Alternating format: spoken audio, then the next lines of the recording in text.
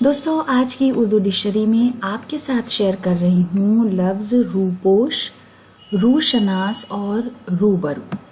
سب سے پہلے بات کریں گے لفظ روپوش پر۔ دوستو رو کا مطلب ہوتا ہے چہرہ، تو روپوش کا مطلب ہے منہ چھپائے ہوئے، مخفی، پوشیدہ اور فرار، گپت، گوپنیہ، جو دنڈ آدی سے بچنے کے لیے چھپ گیا ہو یا بھاگ گیا ہو۔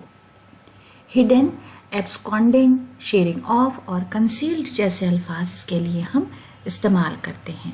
مثال کے لیے جملہ ہے، غبن کا الزام لگتے ہی وہ روپوش ہو گیا، یعنی جیسے ہی اس کو یہ پتا چلا کہ اس پر غبن کا الزام لگایا گیا ہے وہ فرار ہو گیا، وہ غائب ہو گیا، اس نے اپنا چہرہ اور خود کو چھپا لیا۔ شہریار کا شعر ہے، اس ہتیلی میں بہت سی دستکیں روپوش ہیں، اس گلی کے موڑ پر ایک گھر تھا کل تک کیا ہوا۔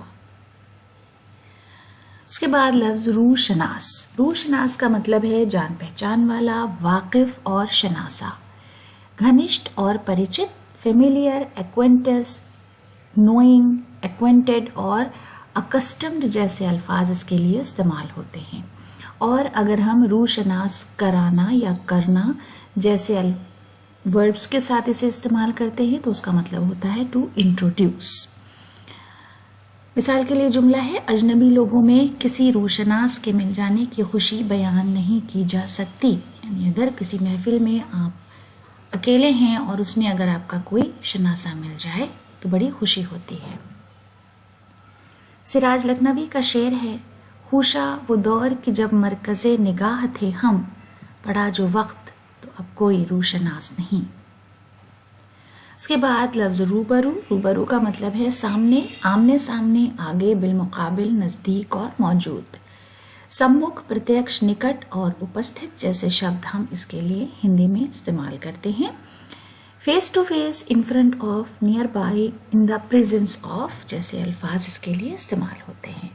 مدتوں بعد آج سب سے روبرو ملاقات ہوئی، یعنی بہت زمانے کے بعد سب لوگوں سے فیس ٹو فیس ملاقات ہوئی۔ محسن نقوی کا شعر ہے، تمہیں جب روبرو دیکھا کریں گے، یہ سوچا ہے بہت سوچا کریں گے۔ تو دوستو اسی خوبصورت شعر کے ساتھ آج کا ویڈیو ختم کرتے ہیں۔ اگلے ویڈیو میں آپ سے پھر ملاقات ہوگی۔ ویڈیو دیکھنے کے لیے بہت بہت شکریہ۔